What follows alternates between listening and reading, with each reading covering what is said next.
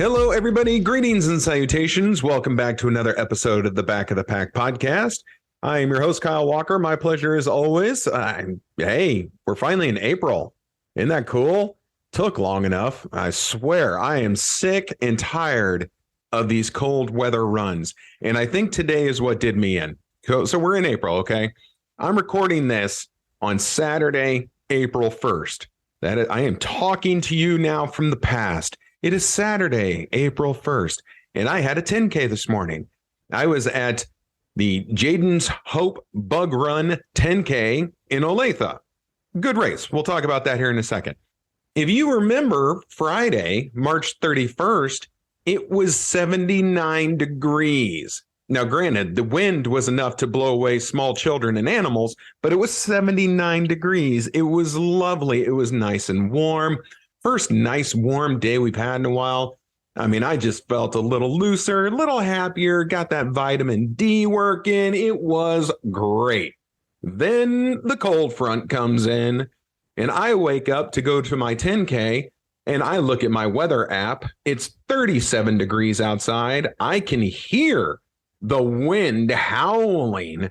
And so the actual temperature, the feels like temperature, the wind chill, if you will, is 27 degrees. I am so tired of being cold. Oh, there's my one whiny moment for the day, but I am sick and tired of being cold. I'm tired of wearing too many clothes at these races. I just want to wear my pair of shorts. I just want to wear my running shoes, and I just want to wear my tank top or t-shirt, and I am tired of worrying about layers. This is getting ridiculous. And you would think after my many years on this planet, I would be used to how Kansas winters end and spring begins. If you get a nice warm day between, I don't know, February and May 30th, it comes with wind. You don't get nice warm days without gusting wind. And if there's no wind, well, then you get cold. And today we got both. It was cold and it was windy. It stunk. Anywho, I will quit complaining. Good grief. Like I said, we had a 10K this morning. We were at Jaden's Hope Bug Run in Olathe. My first time doing this race. It was a wonderful event. They put on a very nice race. The school community comes out and shows up very well for this race. There are a lot of people. Takes a lot of volunteers. Man, this race had a ton of volunteers. Good job out of you guys getting people to show up and do their thing. Course monitors everywhere, people at the aid stations, police officers blocking traffic. And this is in downtown Olathe. I mean, there's streets and cars and people everywhere, everyone trying to get around on a Saturday morning. But there were no issues, no problems. It was very well run, very well organized, great volunteer work. That's probably the biggest thing I'm going to take away from this race was how great the volunteers were. And of course, it goes to a good cause. I am not even going to try and explain it because I heard them explain this. It's for a spinal condition. And even after listening, I don't understand it. But I am reaching out to these folks. I want to have them on the podcast to explain what Jaden's Hope is and get their message out because, I love doing that. I want people to be able to share, kind of the charity behind the race. And I know I'm not going to do it justice. So I'm inviting them onto the show to come and tell us all about it. And then we can wrap up this year's race. I think this was their 10th year doing it. And so we'll get everyone ready for next year. But it was a good event. The race was very difficult. There are a lot of rolling hills back there in southwestern Olathe area. But, hills are a good thing. They give you a little extra work. My time indicates that I did well, but it did not feel like I did well. I gave it the old college try. I know the legs were still tired after this past week. A week ago, we had the Liberty Half Marathon, crazy, hilly, difficult course. And then on Monday nights, I play my 2 hours of old guy slow pitch softball. Then on Tuesday night, I play my hour of men's indoor soccer. So, my legs are a little worn out this week. But we went out there. We got the 10K done. We saw several of our friends out there. And so that was great. Always nice talking to people. And we got her taken care of. So that's where we're at. Next, coming up for us is the Rock the Parkway Half Marathon. I am sure that most of my local listeners are going to be out at the Rock the Parkway Half Marathon. When you go to the expo on Friday, there is going to be a Back of the Pack podcast and KC Hustle Run booth. I hope you guys will drop by and say hello. Come talk to me, talk to Katie, and talk to Will, who I think is going to be there. Maybe I better double check that they're good for that. Either way, I'll be there. Go team. But it'll be nice to see everyone before we go and rock the Parkway. Again, this was my very first half marathon back in 2011. So Rock the Parkway will always hold a special place in my heart. It is a far easier course than what we just tackled in Liberty a week ago. And by the time we do Rock the Parkway, it will have been 2 weeks. So if you are fearful that you're stepping into another Liberty half situation, let me assure you, you are not. Rock the Parkway, it rolls a little more. There's no extreme ups. There's no extreme downs. It's just little light ups, little light downs until mile 8 at Loose Park. But that's a different beast altogether. Mile 8 at Loose Park is the worst. Oh, that hill coming up stinks. But once you're done with that hill, you're almost in the clear on that race. You get 4 miles of flat to rolling, and then it's all downhill to the finish line with about half to 3/4 of a mile left. So anyway, we've got Rock the Parkway coming up. We've got the Expo coming up. And then for the podcast, we jet on out of town. Where are we going? Nowhere important. We're just off to Boston. Yes, this is going to be our pre-Boston Marathon episode because the Boston Marathon, as I sit here right now, is 2 weeks and a day and a half away. And let's talk about, am I ready? Am I ready for the Boston Marathon? Well, in a word or two, hell no. No way. Look, I'm going to be straight with you guys because that's what I do. I have no need to try to lie or alter what has happened or put, big shiny roses on piles of crap. My training's been terrible. We found out that we were in the Boston Marathon. I don't know, what was it? Back in the fall, September, October, I think September, somewhere in there. And so, of course, I mapped out my 16-week training program. And man, I was stoked. If you listened to the podcast back then, I was excited. Everything was great. I was going to train like no other. I was going to have a race like no other. Well, then life happens, man. Life gets in the way. Both life, weather, winter, all of that really came along to just try and knock me directly into the ground. So have I trained like I'm supposed to? Absolutely not. Have I been completely 100% focused on this race since I found out I made it? No, absolutely not. I am so excited to run Boston. I really am. I can't wait for this race. This is truly going to be a once in a lifetime experience. I just have not been able to enjoy the entire experience as much as I want. And I'll tell you the first problem. First and foremost, and I hope I don't sound like a complete jerk when I say all this. So just bear with me. If something hits wrong, just know that I apologize in advance.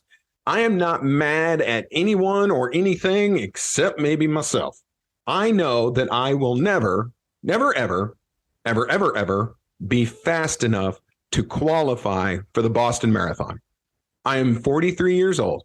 So my qualifying time is somewhere in the area of 3 hour, 15 minutes, maybe even 3 hour, 20 minutes, but I think that's even too high.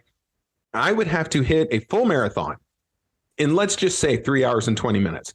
It doesn't matter if it's 3:15 or 3:20. That's not happening.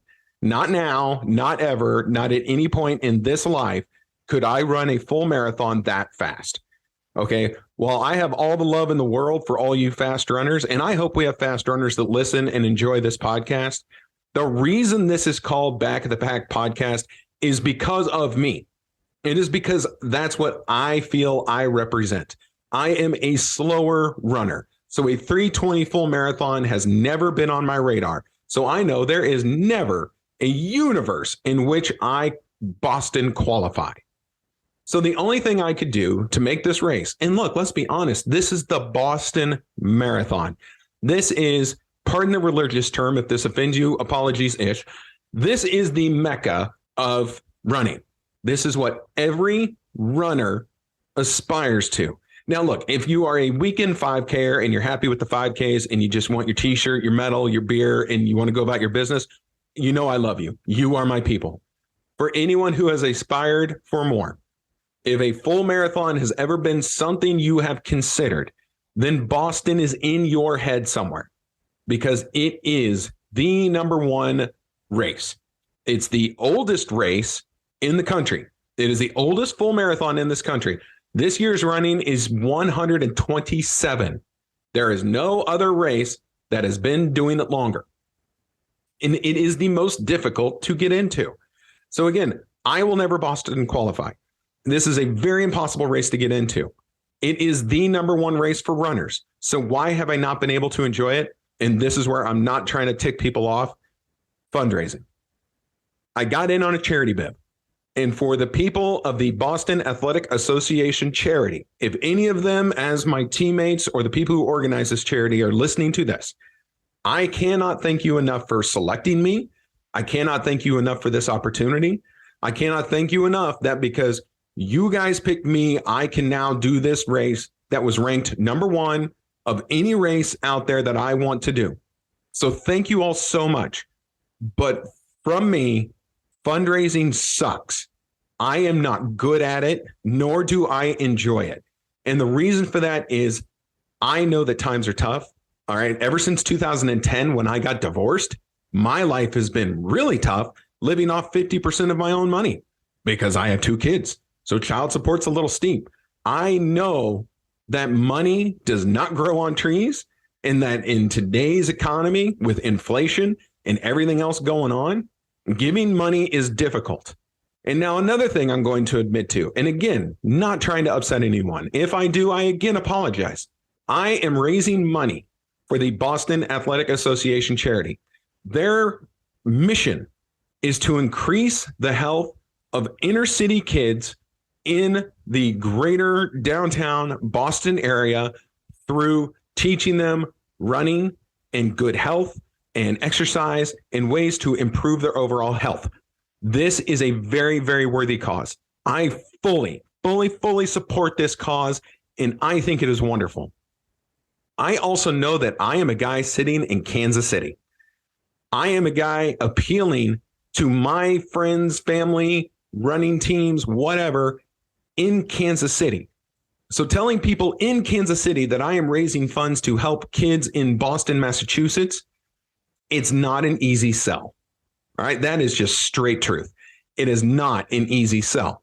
So what I am doing, I am getting people to not invest in the Boston Athletic Association charity. Okay. And while you guys get the money, and I am very grateful that you do, and I love and applaud what you do, they aren't giving you this money. They are giving it so that Kyle may chase this dream of running the Boston Marathon. That is what these people are doing, because so many people have donated. They don't even know what the heck charity I'm running for, but they know me. They know that this is my dream. They know that this is what I am trying to do right now. That is what they are donating towards. And to everyone who has donated anything to this cause, from $10 to $900, because that's the range in which I've received donations, I cannot thank you enough. I am a real enough person to know that while you're totally cool with the money helping inner city kids learn better health through running in Boston, Massachusetts, I know that you guys are sponsoring Kyle Walker running this race. You are sponsoring the Back of the Pack podcast covering this race. That I am 98% sure is what's in your head when you hit the donation button. And I cannot thank you enough for doing that for me, for doing that for the podcast, and then doing it for the kids in Boston, because we all benefit from it. But I'm real enough to know that this is really the line of thinking. This is what's happening. Okay. I hate it. I hate asking you guys for money. I hate doing that because times are so difficult. But you have done it. I can guarantee you this will never, ever happen again. I will never accept another charity bib to one of these big races. Because if I want to do all 6 of the World Marathon Majors, the last 2 that I will have after this year is London and Tokyo. The cheapest charity bib I've seen for London is $10,000. No, I will not be asking people to do this again. This is one and done for me.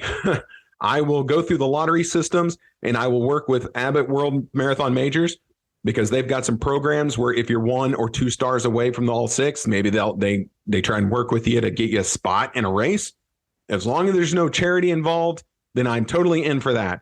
But I will not be asking you guys for any more charity donations, charity bibs. You guys have more than taken care of me as it comes to this Boston Marathon. And again, I can't thank you enough. Like all of you, people have donated. I don't even know who you are.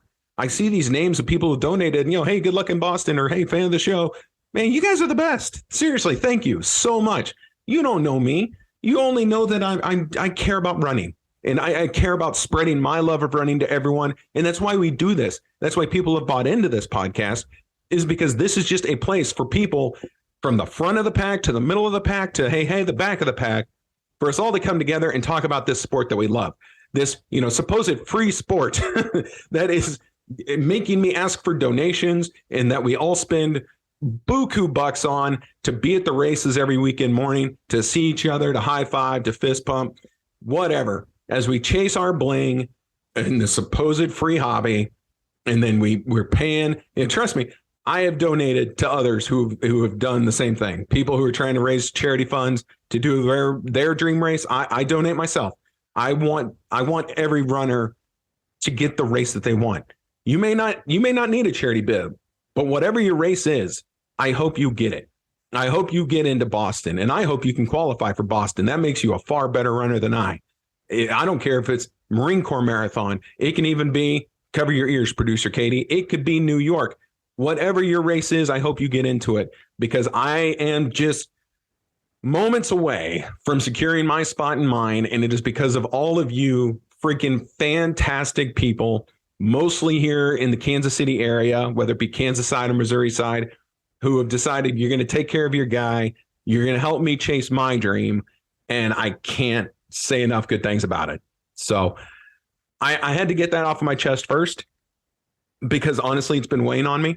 The raising of money and asking people for money has, this might sound harsh, but it has diminished my enjoyment of this experience. It's made it difficult. It's made it more of a chore, more of a job than a race that I get to prepare for and enjoy. So in these last 2 weeks before the marathon, I want to get this damn charity bib done. If I can get it done in a couple days, let's say, well, then that leaves me a week and a half to finally enjoy. I want to be able to enjoy the anticipation. I want to be able to look and be like, okay, what time do I need to leave my house and get to the new KCI airport? What time are we getting into Boston? Okay, am I going to Uber to the hotel? Okay, when's the expo open the next day? Because I want to be in line when they open the doors. And then, oh man, Saturday morning, I'm running the 5K down there in Boston. That's going to be super cool. Okay, got to rest on Sunday. And then, all right, Monday, got to take my Uber. I got to get to the hotel where the Boston Athletic Association charity team is meeting. We're going to take our picture. Then we get on our van and we head 26 miles out of town to Hopkinton. And then I get to run the freaking Boston Marathon. That's what I want to enjoy. And so I got to get this darn charity commitment taken care of before I can enjoy that. But it's getting close. I'm almost there. We are almost there. And I can't wait to do this race. And I am going to bring all of it that I possibly can to you guys through the podcast, through live recordings, through live videos that I'm going to do in Boston. And because you all made this possible, I want to share as much of it as I can with you, if that makes any sense whatsoever. So again, thank you. We're talking about the Boston Marathon. Clearly, it is first and foremost on my mind. Yes, Rocket Parkway is coming up. That's going to be great. Can't wait to see everyone. Fun race, good day. Then we get to Boston. Once we get back from Boston, we'll tackle what happens after. But let's talk about the Boston Marathon for a little bit. And again, as you guys can probably tell by now, I am just totally shooting from the hip right now. I don't have anything in front of me. I'm not going to read you a whole bunch of articles. Another reason that Boston was so important to me this year. Well, two reasons. One way more important than the other. So here's the lesser one first. I'm 43, 2 open heart surgeries. The day is going to come where I can't do this anymore. And it stinks that only a year ago, I discovered how much fun doing a running podcast can be. So I have no idea how much time I have left where I can legitimately host this podcast, because if the day comes where I can't run anymore, well, then you guys aren't going to want to listen to me talk about it. If I'm not out there doing it, why would I sit here and talk to you about it? Because you guys at least get to go out and do it. So it was important to me with this podcast and with us trying to grow this podcast and trying to make this podcast successful, well, shoot, man, I got to cover Boston. Like everyone you should kind of, this sounds bad, live vicariously through me as I do Boston, because some of you may not find it as important. You may want to know about the experience, but you don't really care about having it yourself. Maybe that's not your big race. That's not your dream race. That's not the one that you're going to work towards. And that's great. Cool, man.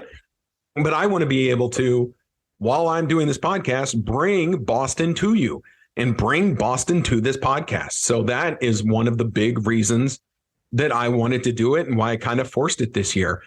Trust me, this isn't the greatest year to be trying to do this. Just got married back in January in Jamaica. That kind of cost a little bit of money. Trying to raise all the funds for this, and what we don't raise, I'm on the hook for. Okay, well, that's more money. A trip to Boston, more money. Got Berlin in September, more money. This wasn't a great time. But all I could see was, hey, my window is closing. I have to do this now. It might be now or never. I mean, next week I could go blow something out and never be able to run again. It was important to me to do this now. That was one of the big determining factors. And then why this year? The big reason, that was the small reason. Here's the big reason. And again, I'm going to shoot you straight from the hip. I was sitting in a cube in Town Pavilion, which is in downtown Kansas City, Missouri. So downtown, just, a little bit away from Union Station, right there in the heart of it, pretty close to the music hall, right down the street from Kauffman Center. I'm talking, it's the second biggest building downtown. I was sitting in my cube, working away for a bank, when the news came across the wire of a bombing at the Boston Marathon. And this was April 15th, 2013. All right. I had just gotten into running a year and a half previous. Okay. So by that time, I had done 2 full marathons. I did the Route 66 marathon in Tulsa, Oklahoma in November of 2011. And then in February of 2013, I did the Rock and Roll Marathon in New Orleans, Louisiana. So I'm in the running world at that point. And Boston, of course, is by that point, it's my number one race. I was following the coverage online. Okay, the broadcast had stopped because the elites were all done. And I'm sitting there and I'm just watching, kind of the things come across and the little live feed that they had. Again, no commentators, no broadcasters, just you could watch people finish. I was not watching when the bomb went off. But the news quickly broke, and of course, I turned everything back on, and you're seeing some of it, not all of it. The live stream camera wasn't exactly right there at the bomb site, but that was the terrorist attack. That's what it was. That killed people at the marathon, injured a lot of the spectators, and shut the city of Boston down. And I just remember being so upset that this event took place during, kind of as a runner, it was kind of runner's holy day, to be real honest. Like, this is Boston Marathon Day. Of course, it wasn't called Patriots Day at that point, at least not to my knowledge, but this was Boston Marathon Day. And now there's been an attack. Now people are hurt. Now there's this cloud above this race. And of course, the whole city of Boston shut down. The Kansas City Royals, our baseball team, they were up there. They were locked down in their hotel. Their game was canceled. The entire city shut down. But they caught the guys responsible. One of them died in a shootout with the cops. The other one, he's on death row even today. And I just remember how angry I was and how hurt I was and how scared I was and how just the people involved on what should be the greatest day in a runner's life and how much it got affected. Because again, people got killed, people got hurt. They got hurt to the point where running was the least of their concerns. And some of them I don't even think could run again. But now, as we've gotten farther away, you hear of the people who did. There were people who lost limbs in that attack, who through years of physical therapy and years of, medical, not research, but just, the gains we've made in the medical world.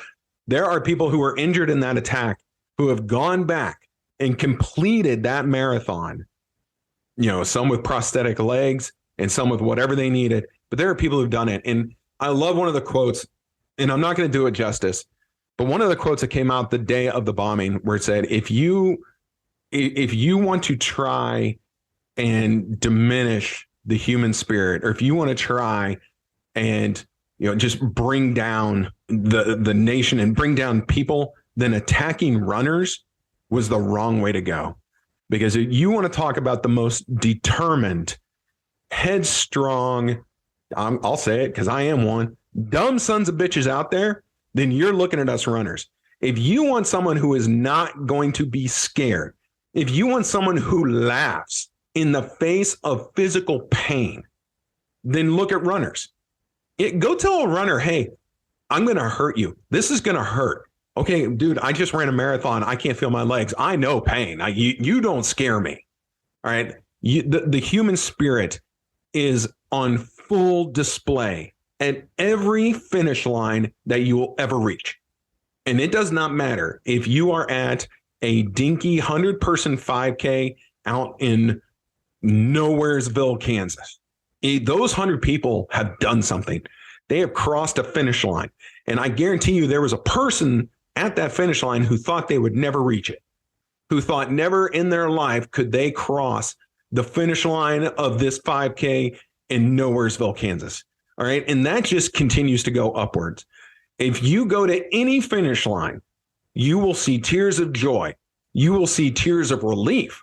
You will see hugs. You will see high fives. You will see the best that people have to offer, because everyone who's crossed that finish line has done something, and they've done something amazing.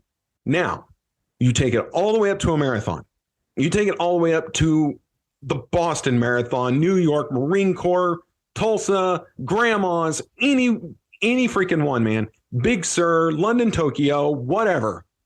You're going to see the best in people. You're going to see the people who crossed the finish line, who thought they never would, who thought they never have the opportunity, never have the ability, never have the drive. We have the drive when we cross the start line to get to the finish line. Okay, crossing the start line isn't much, and in the finish line, to be real honest, isn't much. It's the 26.2 miles in between. To use an old expression, that is what separates the men from the boys. All right, that is the contenders versus the pretenders. Once you cross that start line and you get to that finish line and you trek all that all the way through, past every aid station, past every medical tent, past everyone who maybe didn't have it, when you cross the finish line, you've done something. And so these jackals, they want to try and stomp on the spirit of the people who are out achieving, who are doing things, who want to be someone and want to be something by accomplishing something they maybe thought they never could have. And you want to try and get there and ruin that? Good luck, because we are stubborn, we are proud, and we are the people who will put ourselves through hell. We will walk through hell in gasoline boxer shorts to get to that finish line. So this is the wrong group to come after. And now, as I sit here on April 1st, 2023, this is the 10-year anniversary of that attack, of the attack that changed the way we looked at the Boston Marathon forever. Okay, there were people afraid to go the next year, and I swear to you, I was salivating. Like, please let me find a way in. Let me find a way into the 2014 Boston Marathon. I want to be there. I want to be the guy running down the finisher chute. I want to go take a knee by where the bombing site was and say a little prayer for the victims. But I am not scared. We, as the running community, are not scared, because we get up every weekend morning and we go do something that can hurt us. We go do something that can cause physical pain, mental pain, and emotional pain. But we do it because the benefits far outweigh the detriments, because crossing that finish line feels better ultimately and always than the thought of, well, maybe this is the week that that plantar fasciitis acts up, or maybe I step wrong and I twist my ankle. No, we don't care.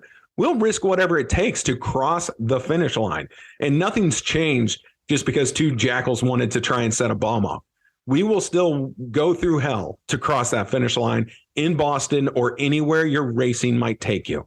So that's why, for me, as you can tell, I get fired up about this. That's why it is important for me to be in this race. Smalley, I want to do it for the podcast. I think it's good for the podcast. I care about this podcast clearly, and I want to offer you guys the best that I can possibly give you. More importantly than that, 10-year anniversary of the attack. I want to be there. I want to run unafraid down that finishing chute on Boylston Street Boylston Street. Sorry, I said it wrong. And I want to cross that finish line without fear. There will be no fear. And at that moment that I cross the finish line, there will be no pain. Now, trust me, that pain will come later after my muscles start to cool off and seize up. But no, we're not afraid. We're runners. We're stubborn, and we're going to do it. If we cross a start line, we're going to cross a finish line, and we're going to do whatever it takes in those 26.2 miles to get there. Run, walk, or crawl. Just don't quit. That's what we do. That's why Boston's important to me. And again, oldest marathon in the country, 127 years, rich history, very hard to get into. I don't care about any of that right now. I care about not being afraid. I care about getting down the finish line, crossing it, hands in the air, medal around my neck. 10 years later, honoring those that came before. That's the most important to me. That's why I have to be there. And again, I hate how I have to do it. I wish I was fast enough. Wish I could just go qualify. I tell you, $1 million idea for a TV series. If you guys know any TV producers out there and I want to be the first one, let me quit my job. Give me 1 year. I want 1 year with a nutritional coach and a running coach. I want to see if they can take let's say my marathon PR is 5 hours and 38 minutes. I want to see if they can take that in 1 year and turn it into a Boston qualifier. That'd be a fun show, right? I'd watch that show. I want to star in that show, but I'd watch that show. So anyway, all right. There's me getting off my soapbox. I'm going to take one step down on the back of the soapbox. Okay. Other foot's on the ground. All right. We're good to go. Like I said, we're going to try and bring you all the stuff that we can. I'm going to try and take pictures and videos. I'm going to pull my phone out and you guys are going to go down the finisher chute with me.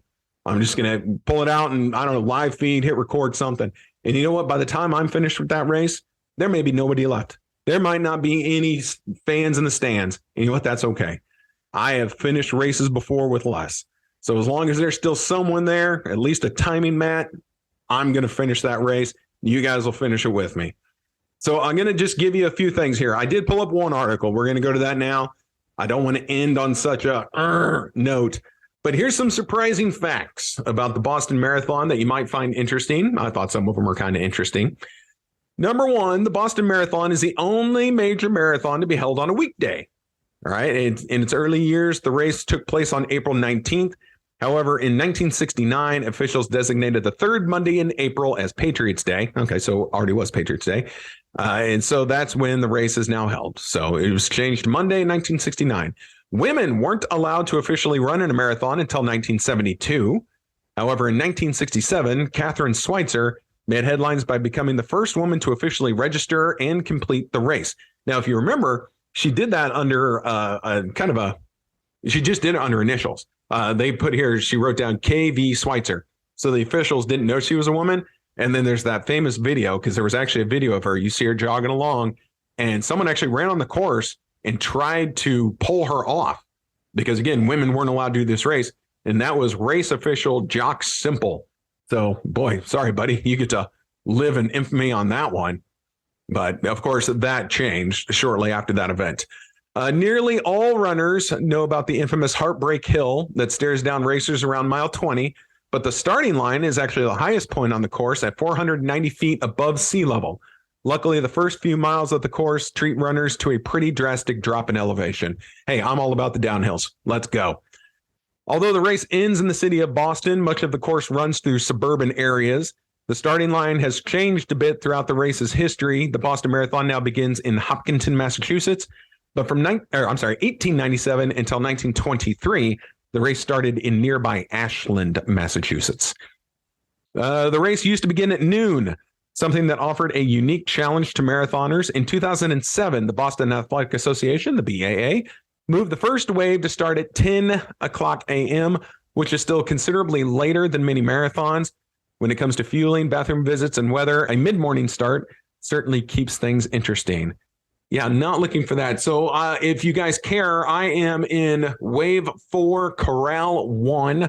My start time is supposed to be 11:15 a.m. Once they get the Boston Marathon app updated, which it is not yet, so there's no point in downloading it. Once they do, you can enter in my bib number if you care to track me through the race, or you can track any of your friends, whoever you want. But I will share my bib number a little closer to time. So I will definitely take all the love and support I can get while I'm out there. Boston qualifying standards, or BQs, as they're often called, have changed many times since the race began. 1970 was the first year that qualifying standards were enacted. To keep the field size to 1,000 runners, the BAA required all entrants to submit certification that they could complete the race in under 4 hours. In 2012, the registration process changed to rolling admission, allowing the fastest runners to register first and shutting out some of the slowest runners. Beginning in 2020, standards will once again change. Men under the age of 35 will have to run 3 hours to earn a BQ, while women under 35 will need to run under 3:30. Monetary awards didn't begin until 1986, and that's right around the time that corporate sponsorships were introduced. Before then, the winner simply received a wreath woven from olive branches.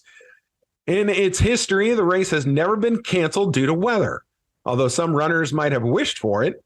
In recent years, racers have seen everything from a cold, rainy nor'easter in 2007 to record-setting heat in 2012.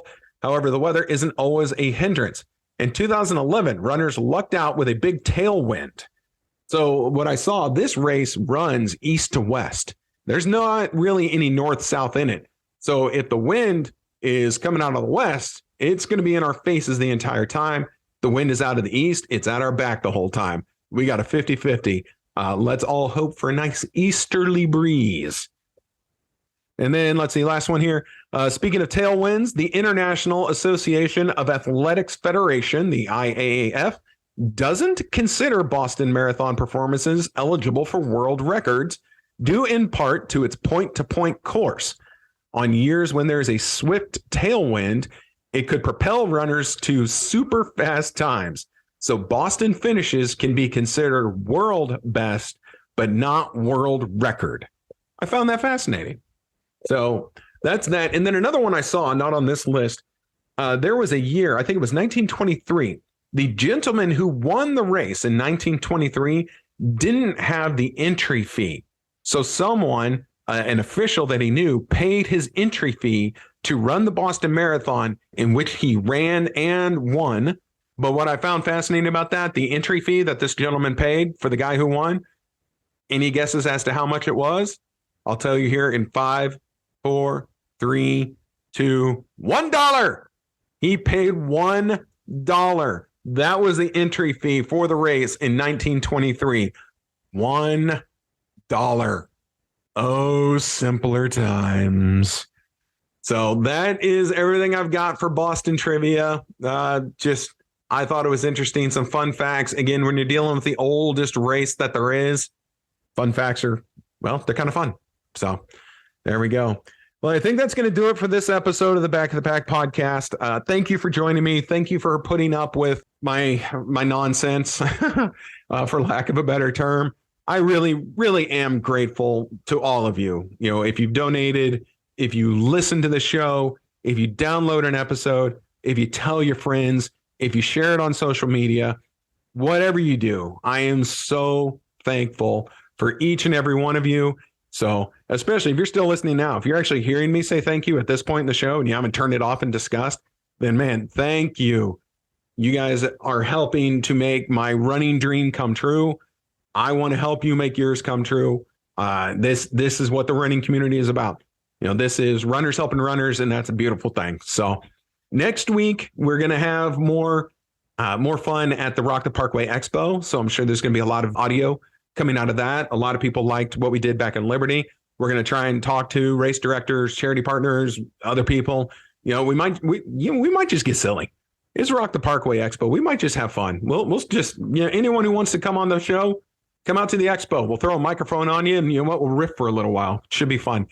So anyway, that's going to do it for this episode of the Back of the Pack podcast. Thank you all so much. I am your host, Kyle Walker. It is my pleasure, as always. The show is brought to you by OKKC Sports and produced by Katie O'Neill. We'll be back next week from the expo. And then the weekend after that, we're going to have an interview with St. Jude's, the folks from St. Jude's who are the partners for the KC Hustle Run. So make sure you listen to that. We're going to play that while I'm in Boston. And then once I get back from Boston, of course, our next episode is going to be an entire Boston wrap up. So that's kind of how the show is going. So thank you all so much, and we'll see you next week.